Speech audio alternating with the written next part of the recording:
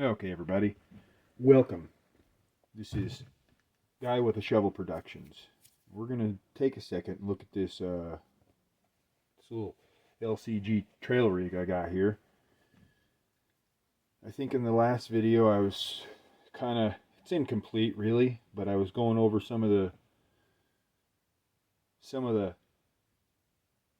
pinch, chop and drop dovetail methods and getting this body mounted on this chassis, and I don't think that I did a follow-up on it. I just, in a pretty hastily manner, produced a really low-level video and then put it on there. I should have spent a little more time, but anyway, here we are.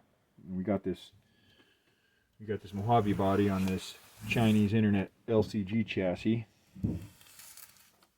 I'll just do the light spin around here so you can see what we've got, and I'll kind of go through some of this chassis and talk about it a bit, and then get out on the trail and do a little wheeling. So basically, in the video I had gone through some of the motions in pinching and narrowing the front, and then I did the bed obviously without any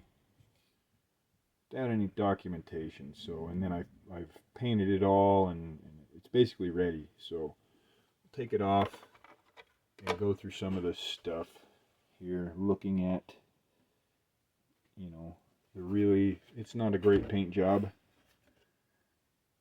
but it's not a terrible paint job either.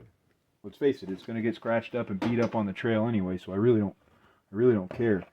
I was going to leave it gray like the body comes, you know, the Mojave body, but I decided not to. And then I painted it green, a Tamiya metallic green, and then I decided that was stupid, so I had changed my mind. So you can see the back there it's a hack job, but it's all together.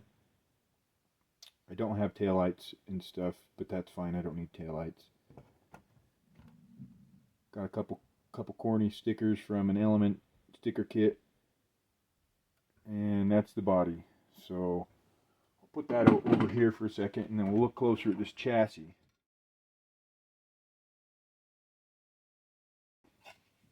This chassis is, some of you may have seen it from places like Amazon or like, I think it's on eBay too. The kit's $65 to $70 depending, and it's a 3.5 mil thick carbon fiber LCG chassis with the angled skid. It's got axial SCX-10-2 raw builder's kit running gear, transmission, and axles, except for the front axle is a Vanquish Curry axle with Chinese internet brass steering knuckles. I'm running a Savox. It's the Savox SA1230 Savox 1230 SG steering servo. That's cool. I am running Hobby Wing 1080 ESC, and the radio I'm using here is right now it's a Red Cat radio, which is a Fly Sky R3E. Just a extra radio I had laying around to get this build finished. So, wheels and tires. Wheels are RC4WD deep dish beadlocks, wrapped with the J Concepts landmines. Pretty much the best tire I've come across. So that's handy. Holmes Hobbies motor there. It is a 16 turn Crawlmaster Sport 540 cam, so that's cool. 90 mil Chinese internet shocks.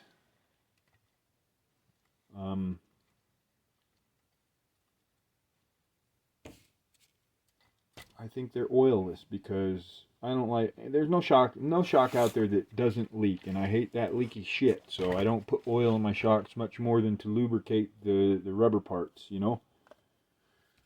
So that's pretty handy. You don't need all that dampening when you're rock crawling either, folks. I don't know what you're doing.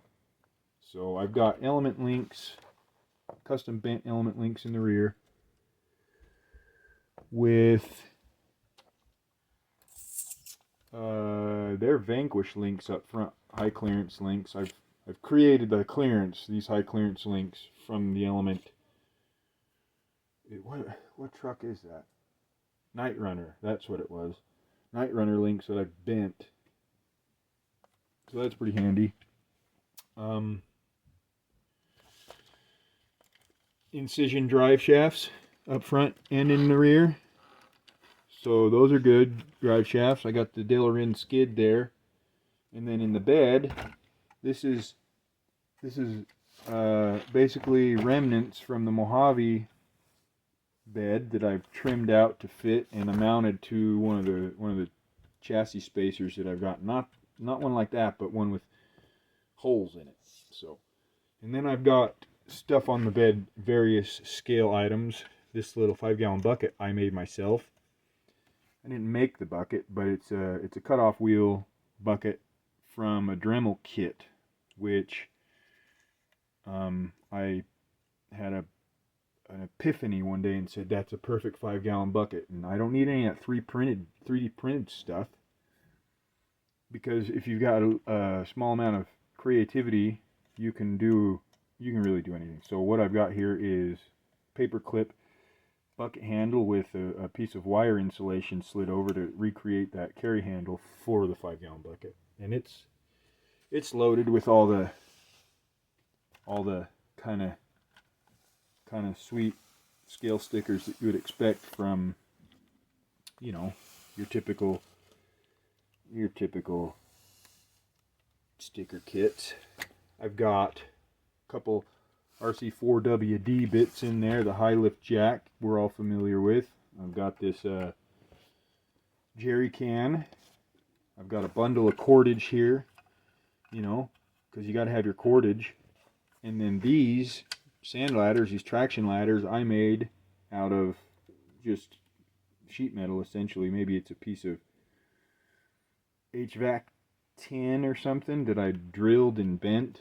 So that's cool. That is much cooler than printing something or buying some stuff. If you can do it yourself and create an experience, then it's much more valuable. Anyway, there are a couple things you might have noticed, like a wiring snarl that's needing to be sorted out, and I will sort that out at some point. I need to solder some new bullet connectors and leads on there, but for now it works. The sliders, this is where it gets interesting, and in discovering this, I think that this Chinese internet LCG chassis is a knockoff chassis in some form or another, because these G-Speed hard body mount sliders for their V3 chassis mount almost perfectly there, and it's almost like they're meant to be, which tells me that there's some sort of intellectual property theft happening with this chassis. So I don't think I've missed anything here. Chinese internet front bumper. I got overdrive up front and underdrive in the rear, those gear sets. I don't remember what exactly they are, but they're in there. So yeah, really that's it. It's a cobbling of various parts from different trucks and different manufacturers, so that's pretty cool. Oh, my battery tray. This kit doesn't come with a battery tray or electronics tray or a servo mount, so this tray is a tin from an FPV kit, drone kit. Some of the electronics for a drone basically came in this nice little tin that just so happened to be 70 millimeters wide, and it fit perfectly between those chassis rails. So I had cut a little section out, slid it in there, and dropped it down to where I felt like it needed to be for all those things, clearance and whatnot, and it fits like almost like it was meant to be, you know. So that's my battery tray right there. This wire's giving me a hard time, and I'm probably gonna be fiddling with it the whole time here through the video. It's kind of how it goes. The servo mount is a laydown mount from another LCG chassis kit, a low range RC chassis kit, and that's this chassis right here, which is an okay chassis. It's built by a local guy here in southern Utah. It's a decent chassis. It's a little rough. Works well, but I kind of just time to move on from that chassis. But what's interesting about his laydown servo mount is it lined up perfectly with holes in this Chinese internet LCG chassis in a way that I could reuse it. The Panhard link lines up perfectly. The Panhard link mount, Panhard bar link mount, whatever, it lines up perfectly with the axle and all this stuff. So it was almost like pretty much as perfect as you can get as an option for steering versus an on the axle, or finding another laydown mount that worked. So anyhow, that's pretty much it. I'll get this body on and we'll go out on the trail. Oh, let me show you my body mounting system. I got these little tabs here that I created out of pretty thick, it's like 3mm styrene. Glued them down, and then I've got screws, you know, classic 3M screw coming through the back, and then on this body, let's see if I can get this in the shot here. Right there, that hole and that hole receive those screws, and they function, once you can get it on, they function as the rear mount portion, and then to avoid body pins and all that other stuff, this is my quick solution to the front mount, body mount, is I've got a pretty good Allen key here. It's a 2mm. So I run it through the shock tower hole that it lines up mostly accurately with, and I slide it through, and then bingo, we've got a mount set up there that traps the body on there, and it's pretty much perfect. So I'll drop a battery in there and we'll head out to the trail. Okay, we're wandering out here. We're going to do a little bit of a trail run. There's a small amount of snow on the ground in some places, so it could be interesting. We'll see how it goes. I'm going to start right here. And hopefully I don't totally flop it and destroy this paint job right away.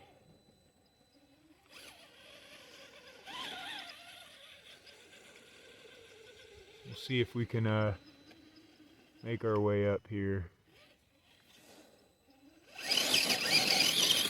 The snow is going to provide a pretty good level of difficulty here, and I'm probably going to flop it first thing. Trouble is, I don't want to flop it and ding up the paint right away, because it just doesn't make sense. Spent quite a bit of time trying to figure this paint job out, and I don't want to just have a bunch of, I don't want to wreck it. So,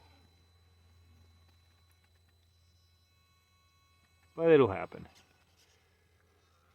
So we might as well just enjoy it while it lasts. So these obstacles are, if you watched any of the TRX4 AR60 videos, I ran these obstacles with that truck, and they are all basically boulder, hand-placed boulder climbs and natural rock climbs mixed with, ooh, that's quite slippery, mixed with a little bit of like concrete. Oh geez, we're definitely stuck. Can't go in reverse. They're demo concrete. demoed concrete from a project I've done. Oh yeah, we're fully stuck. We're coming down. And we came down. Alright, moving on. You know what? Let's wander down into the other section. Teeter-totter. That's going to be impossible to do with snow on it. So, maybe we'll try, let's try this. I'm going to set in here, hand of God. Hand of God dropping in right there. And we're going to try to get this line. It's a little bit of a mix of a pretty good chunky boulder line that leads into a stump, hand place stump, up into this. It's a plank obstacle that it can be tricky, but usually if you take your time and look for those, I would just say like stable spots, keep the rig balanced, you won't go off too easy. This is going to be hard.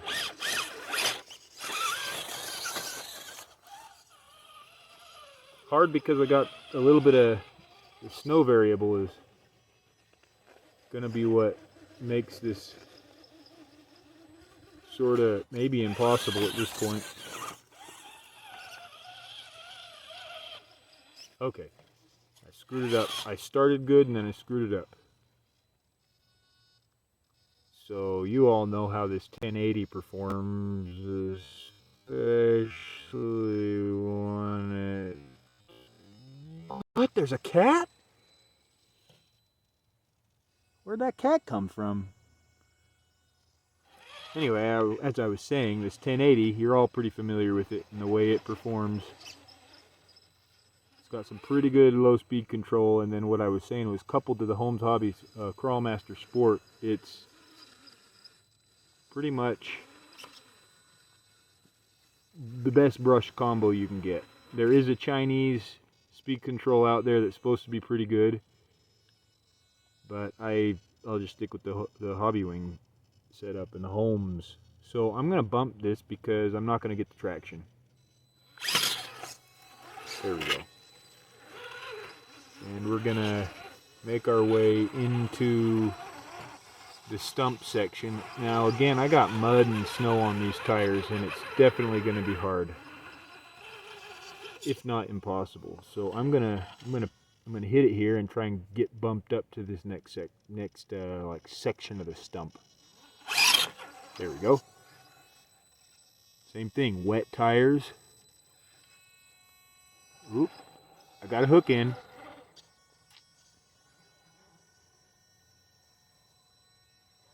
This Holmes Hobbies Crawlmaster Sport 16 turn is doing really well. And I got I think it's a 56 tooth spur gear on there with a 13 tooth pinion. And we are in, walking the plank. So that's pretty cool.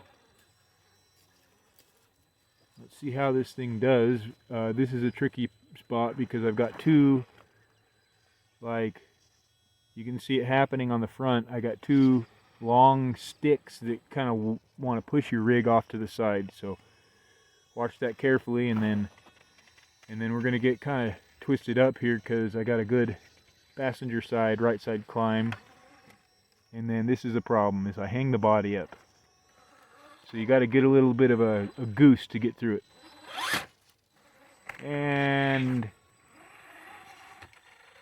this is what happens when there's snow on it. So we'll move on to the next line. Okay, right next to the plank obstacle, we've got another natural stump deal that it's pretty nice to climb into. It's not very difficult, but hold on a second. I got my receiver antenna poking out in a way that I'm not excited about. So, continuing on.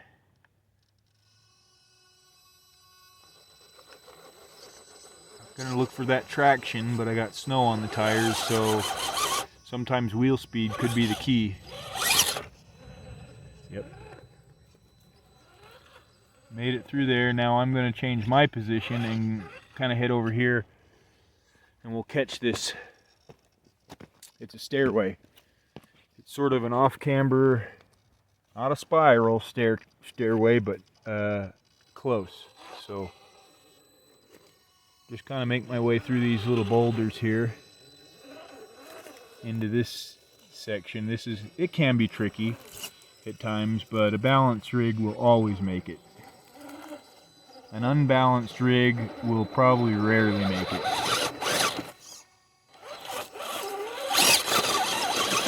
Same issue with the wet traction conditions. What you can't see under all that snow is some flagstone lead up into that teeter-totter up there. You know, it's all an upward climb, so some of this stuff can be tricky. And this snow right now is very, very icy and wet. It's been melting off with the old freeze and thaw. So right now it's kind of cold out, so it's still sort of icy, which obviously hampers the traction. So this is the main artery, I would say, of the main part of the trail system. Obviously there's a bunch of branches and different lines that lead off through the woods here on this property. But I'm just going to kind of mosey through this section here, letting this thing do its best here. And these are all hand placed boulders I'd gathered over a period of a few months to sort of get this thing built. And you know what I'm seeing here is I don't have a lot of snow protection, and what I don't want is snow getting down into my receiver.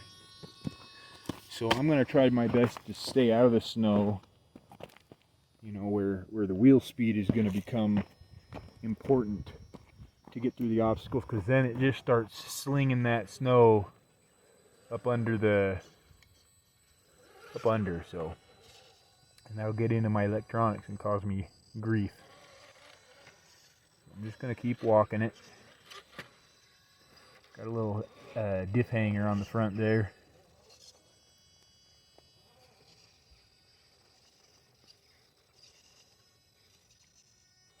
A little bit of a high-centered issue there with the belly dragger condition. Same thing here, but we're going to find our way through. And that's how it goes. Drug the back there, the body. I'll probably end up destroying most of this bed portion of the body because it's not really,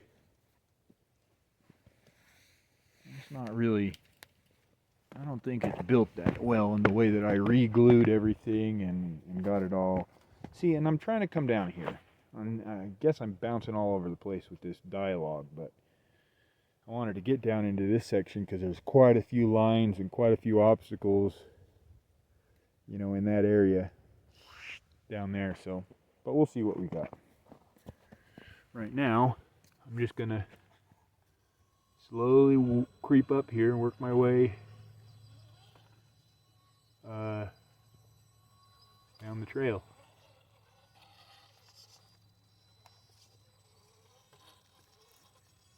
There's the shadow of my head I'll be passing through, which isn't excellent, but we made it by. This is sort of the easy section. Most of your regular trail rigs make it through here no problem, including your leafers like the Trailfinder 2. Actually, this course was developed, this trail was developed running a Trailfinder 2, so that would explain that. I'll come down and work my way into this section. I'm definitely going to stay out of the snow to my best ability.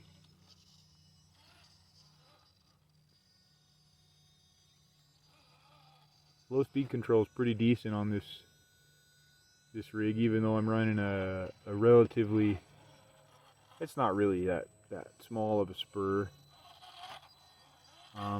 or a big of a pinion, but it's decent gearing combo that gives you pretty good wheel speed. But the 16 turn Holmes Hobbies Crawlmaster Sport is just really, it's a great motor. Now there's probably 2 to 3 lines through here. Definitely 2. If you're lucky, you can create a 3rd line off to the left, but it's a pretty steep climb, and it's full of boulders. But you can tell that it. Let's redo that because I got a crappy camera angle. So, yep, coming back into this thing. We're just gonna kind of, like I was saying, there's 2 to 3 lines here. Definitely 2.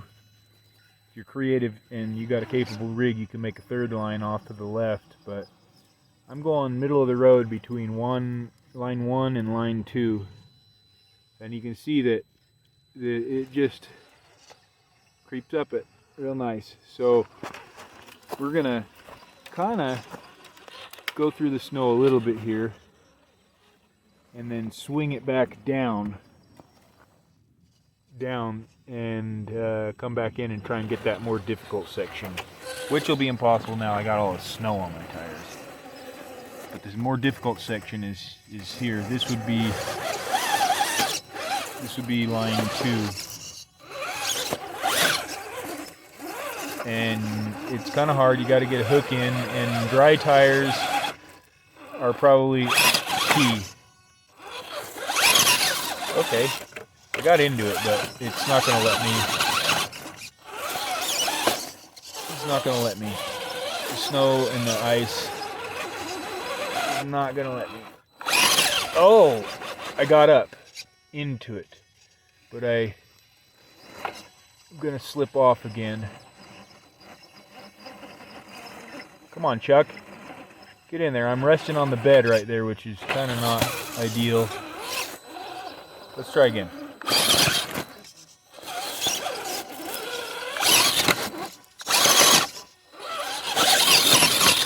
Oof. Nope. I'm not going to get that difficult line. So what we're going to do is we're going to wander back out.